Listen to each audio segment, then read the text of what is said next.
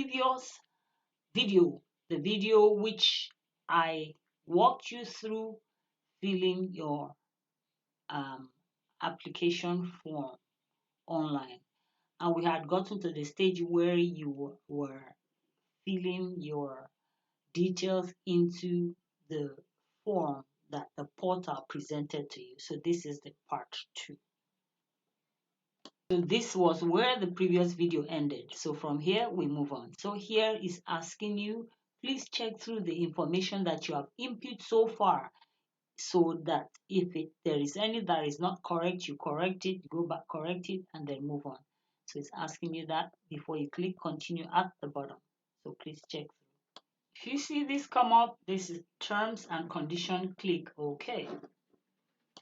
As you can see here again, the form continues, so please fill in as requested. Date of birth, passport number, blah, blah, blah, and so on.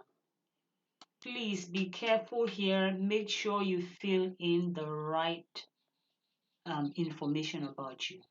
Be calm, be patient here, fill in the correct. Don't make any mistake. Cross-check through very well.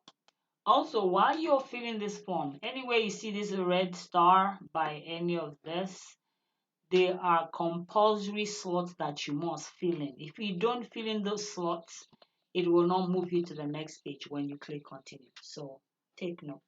Anyway, you see this red star? It's a must. You must fill in that space. You must just put something in. Of course, you know this is a specimen form, which is just giving you an idea of how you need to fill this form. So don't mind the inputs there. You just fill in that which applies to you in person. So here it's asking for phone numbers of where you can be contacted. If you like, you can put same phone number in the 2 slots, or you can put 2 different phone numbers. Just make sure they are numbers that they can easily contact you should in case they need to reach you fast. So also fill in your address details here. You will not get this if you're registering afresh. It's only people who had registered before and they're trying to register again. They advise you to just register once. Don't do multiple registrations. So this doesn't apply to you as a fresher. Just click cancel and then move on.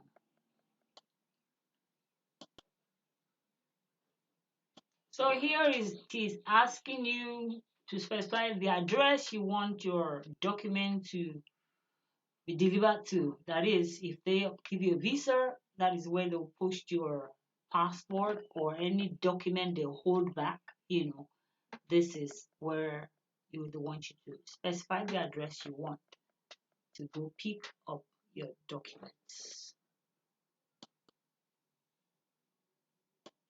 So here it gives you an option whether you would like to pick up your documents by yourself when your document is ready, which it will of course inform you, or you prefer your document to be delivered to you. So you click one of this. Either you want to pick it up yourself or you want it to be delivered. So far, that's just a brief walkthrough of filling the form to register you on the portal.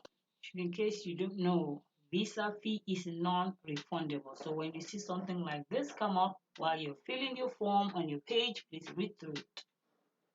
Read through it. There are forms that you should be very careful when you're filling. No mistakes. So here you fill in your information about your payment receipt. Just make sure you're filling the correct date. Anyway, this page is only applicable to you if you're paying for more than one applicant. So where it does not apply, you just move on, shift to the next question or the next page. Just make sure data tally. The one tallies correctly. Make sure data on your passport, make sure it tallies with what you're filling in this form. Make sure. No mistakes. A page will come up again asking you to cross-check your details if they are correct before you move on. So the watchword is be very careful when you fill in this form. No mistakes, please.